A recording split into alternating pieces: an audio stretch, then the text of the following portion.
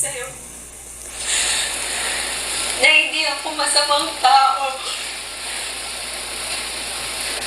Janine, kahit kailan hindi ko sinabi yan. Yan ang gusto mong malaman mo. Kahit minsan.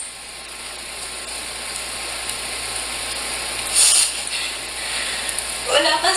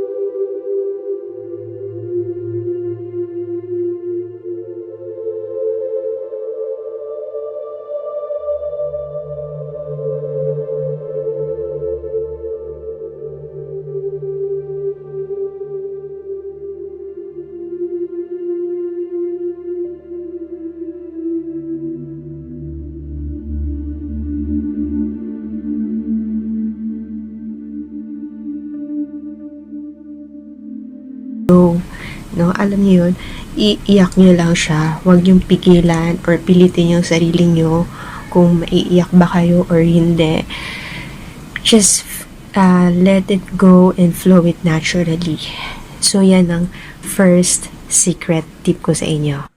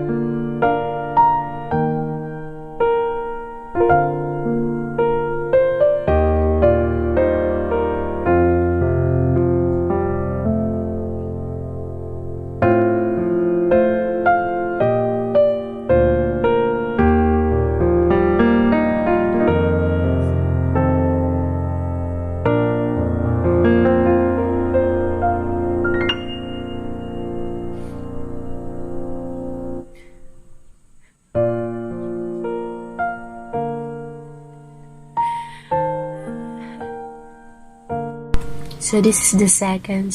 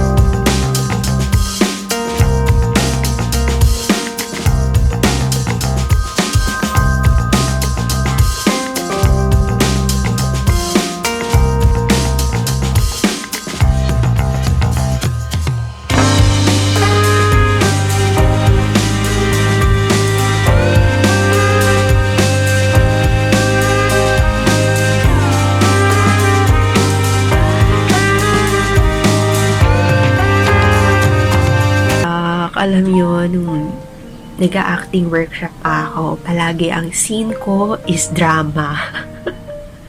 Hindi ko alam, pero palagi drama yung binibigay sa aking eksena.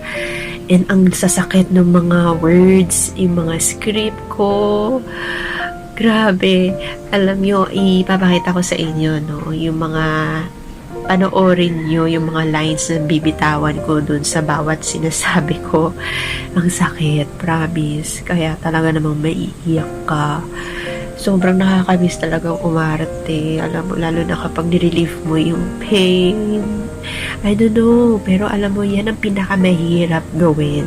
Kaya hindi rin po talaga madali mag-artista, sa totoo lang. Kasi kailangan iset mo muna yung sarili mo, yung buong katawan mo. Kapag ready ka na, just let it flow. Alam mo yun, hindi kasi siya basta-basta. And kailangan, ang turo kasi sa amin, kapag ka mag-a-acting ka, totoo dapat yung nararamdaman mo nagagaling dito sa puso. And nafe-feel mo siya na masakit.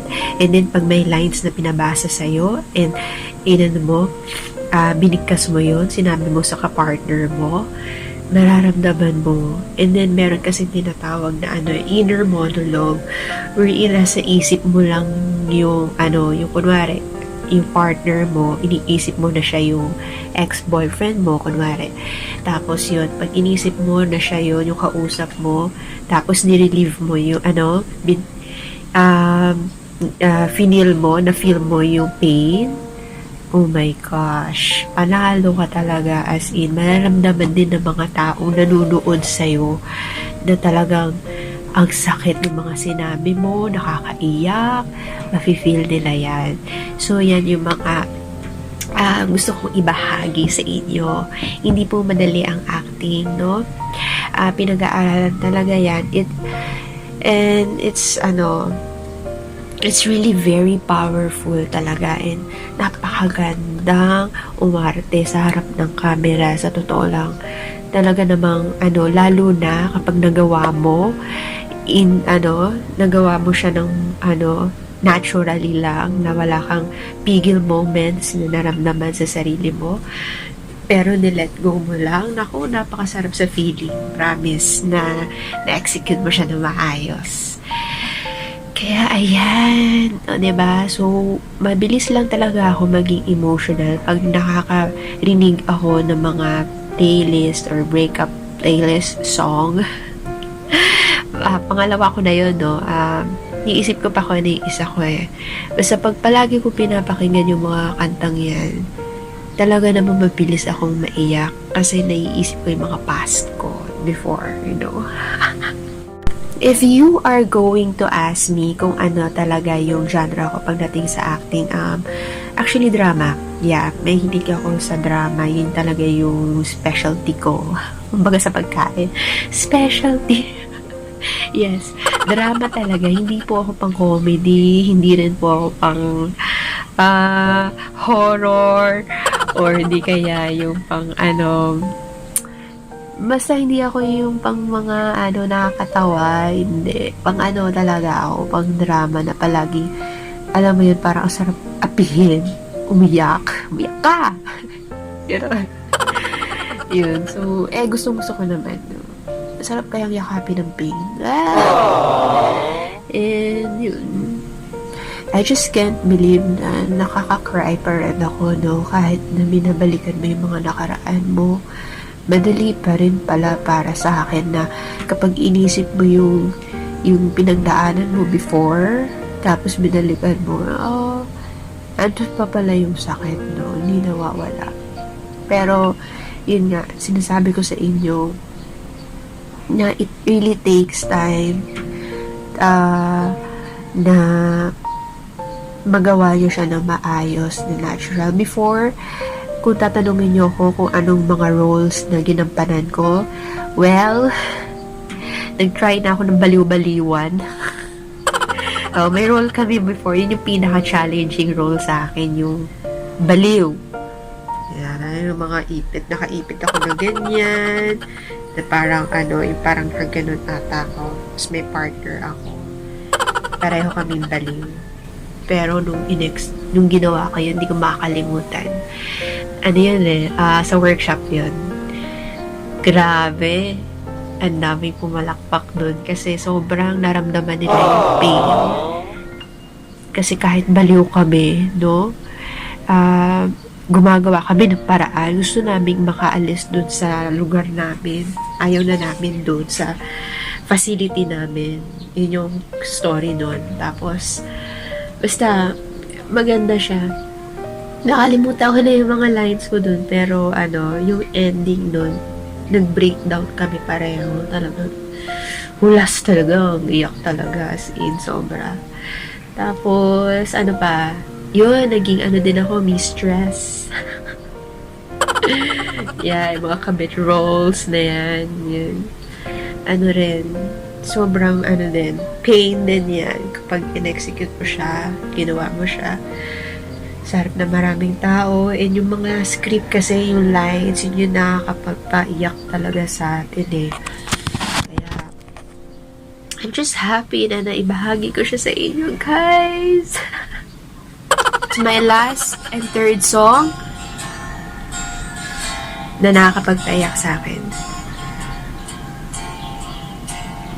Di na muling luluha, di na pipilitin pang ikaw ay aking ibigin hanggang sa walang hanggan. Di na makikinig ang isip ko'y lito. Laban mo sanang ikaw ang iniibig ko at kung para sa akin ang inalay mong pag-ibig na rin aasa pa.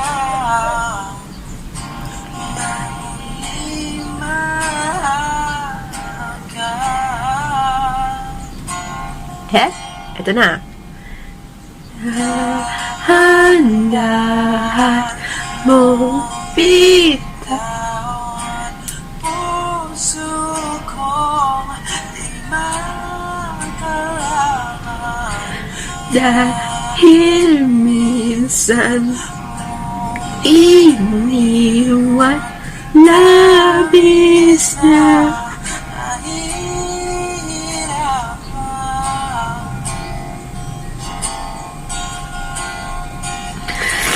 grabe yung lyrics niya.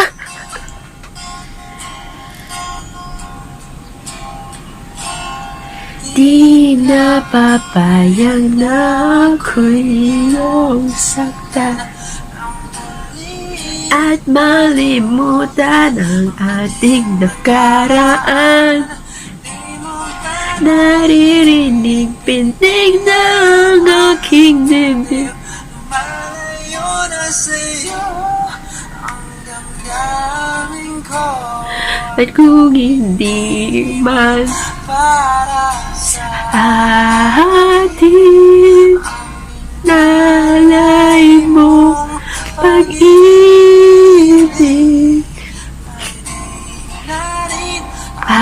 asa pa?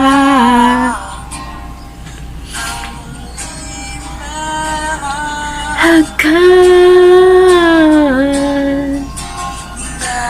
hanahan mong bitawan puso kong di makalaman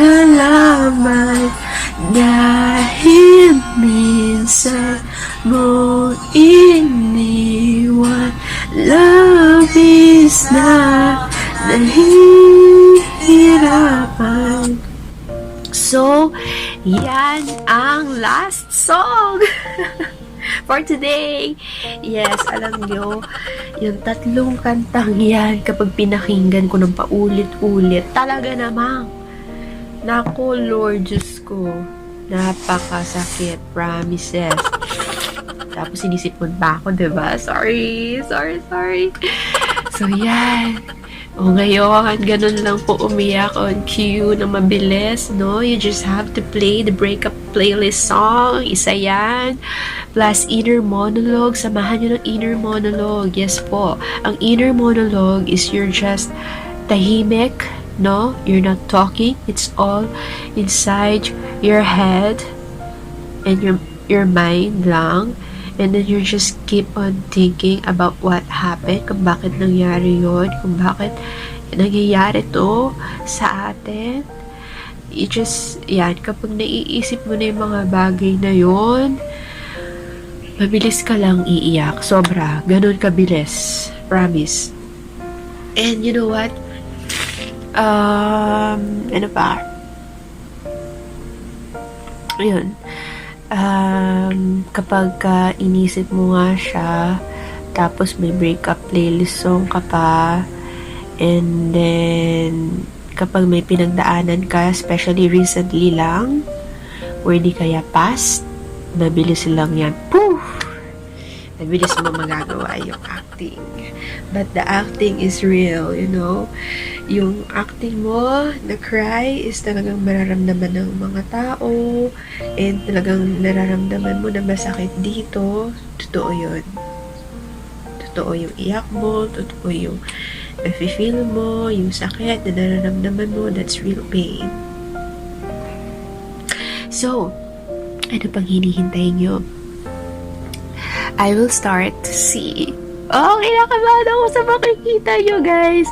Pero I hope sa dulo ng video na ito, maging emotional kayong lahat.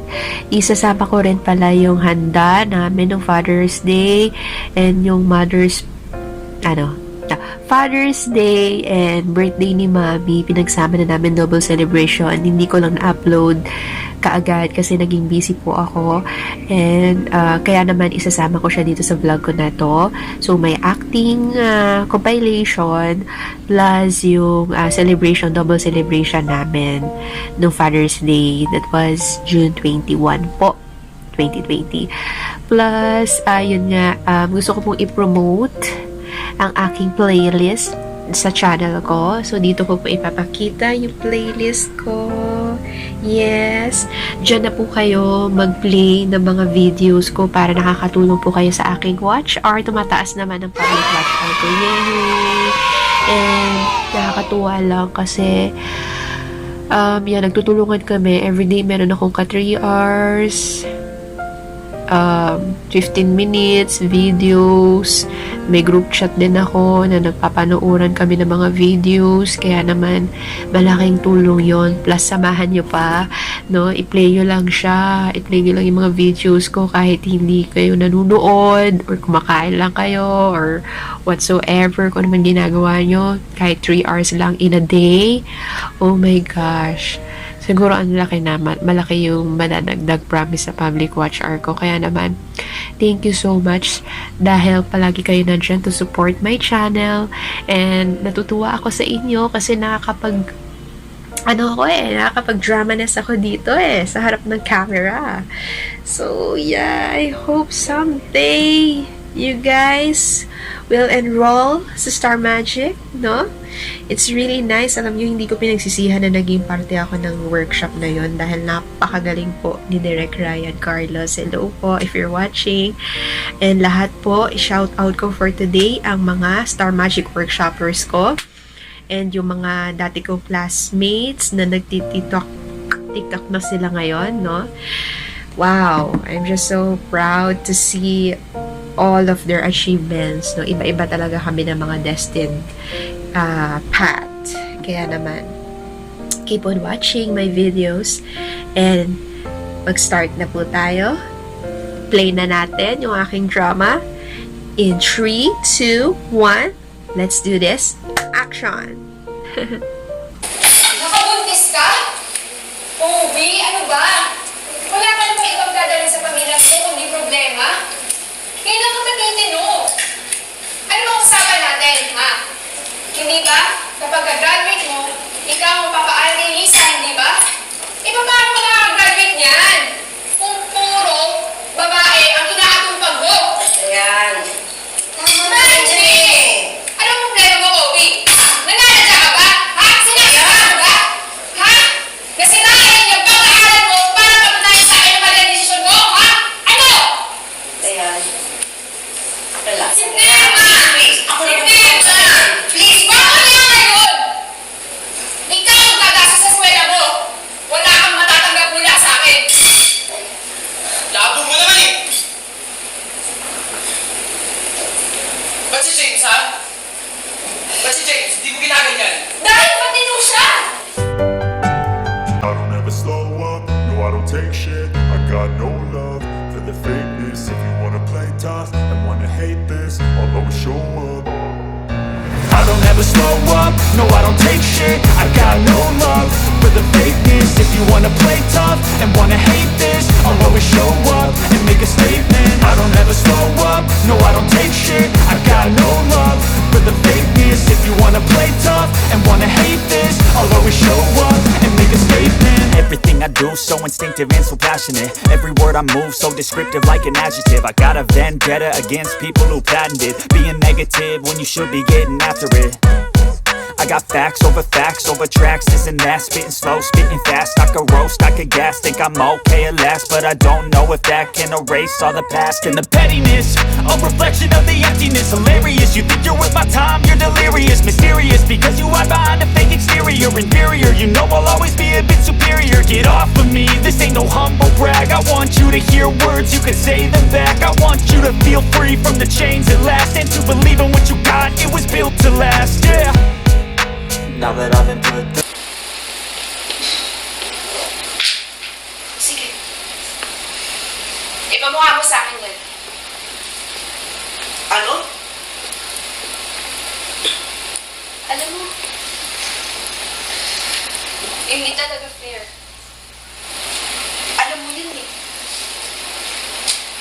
Kaya ako sumama kay Bro.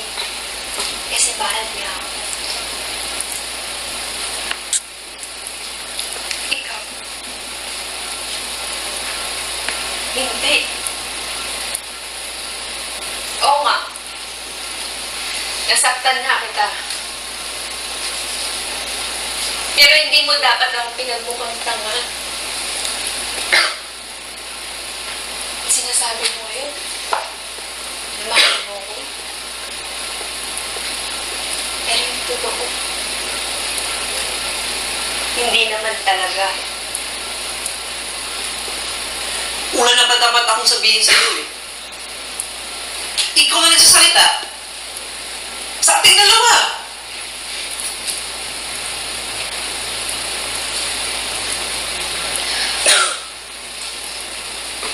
Sinasabi mo ba ngayon na mahal mo ko?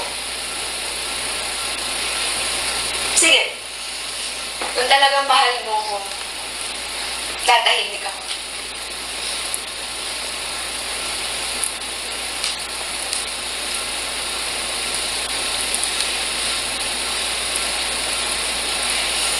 Sabi na eh.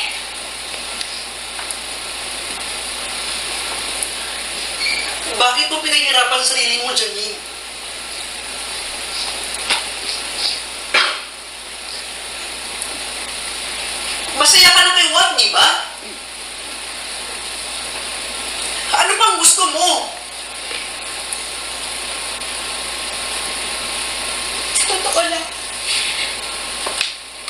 Sa totoo lang, hindi ko alam.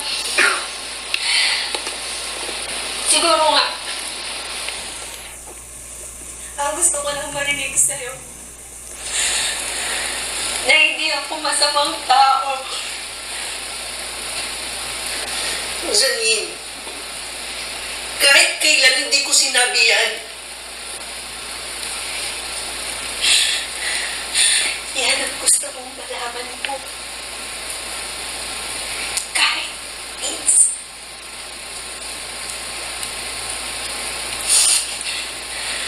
Wala kang sinabi sa akin